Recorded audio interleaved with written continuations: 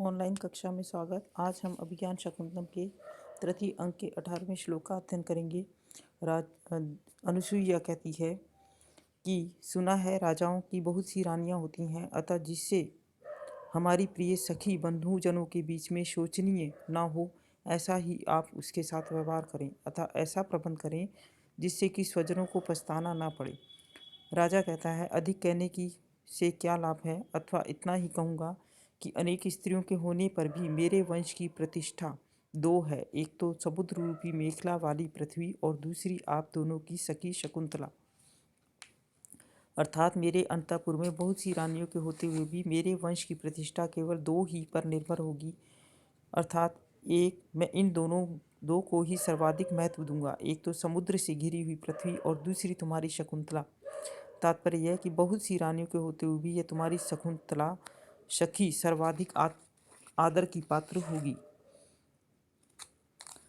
दोनों सखियां कहती हैं कि हम आश्वस्त हो गईं, और इस तरह से वे दोनों सखियां क्या है, किसी हिरण के बच्चे को देख करके कि यह अपनी माता को खोज रहा है, चलो इसको हम इसकी माता से मिलवा दें, ऐसा कह करके वह दोनों चली जाती हैं।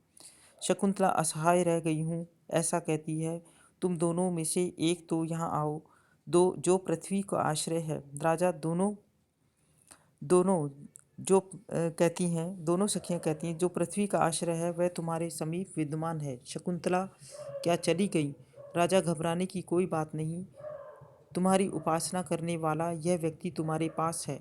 फिर कहता है, क्या कहता है, किम शीतले क्लम विनोद अभि आर्द्रवातान संचारयामी नलिनी दल लता लता ताल वृंदे अंके निधाय कर भूरु यथा सुखम ते संवाहयामी चरणाउत पद्मताम्रो। क्या कहता है, देखिए, किम शीतले, क्या मैं शीतले क्लम विनोद भी, मैं थकावट को, क्लम मतलब थकावट को दूर करने वाले,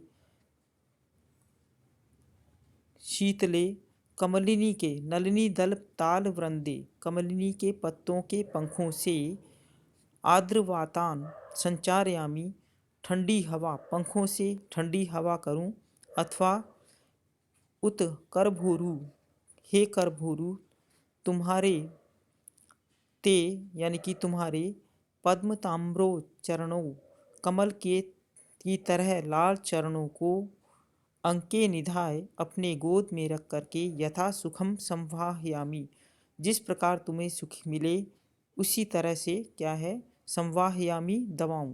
क्या है, किम, देखिएगा, किम क्या मैं शीतले क्लम विनोद भी, थकावट को दूर करने वाली, नलिनी दल ताल वृंदे, नलिनी के पत्तों, कमलिनी के पत्तों के पंखों से, शीतले आर्द्रवातान ठंडी हवा करूं, अथवा करभोरु, हे करभोरु, तुम्हारे पद्म ताम्रो चरणों, कमल की तरह लाल चरणों को अंके निधाए, अंक में रख करके या गोद में रखकर यथा सुखम संवाहयामी, जैसा तुमको सुख मिले वैसे ही दबाऊं। राजा के पास अकेली छोड़कर जब दोनों सखियां चली जाती हैं तो शकुंतला अपने आप को असहाय महसूस करती है। ऐसी स्थिति में राजा उसे आश्वस्त करने के प्रयोजन से पूछता है कि क्या यह वह कमल पत्र से निर्मित सुकुमार पंखों से ठंडी ठंडी हवा करे, जिससे उनकी थकान को मिटावे, अथवा या उससे उसके कमल के समान लाल रंग वाले चरणों को अपनी गोद में रखकर इस प्रकार से दबाए जिससे कि उसको सुख प्राप्त हो। इस प्रकार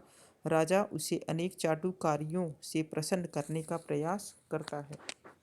करभोरु, इसमें दो अर्थ हैं, अर्थात कलाई से लेकर कनिष्ठिका उंगली के मूल तक के हस्त को करभ कहते हैं।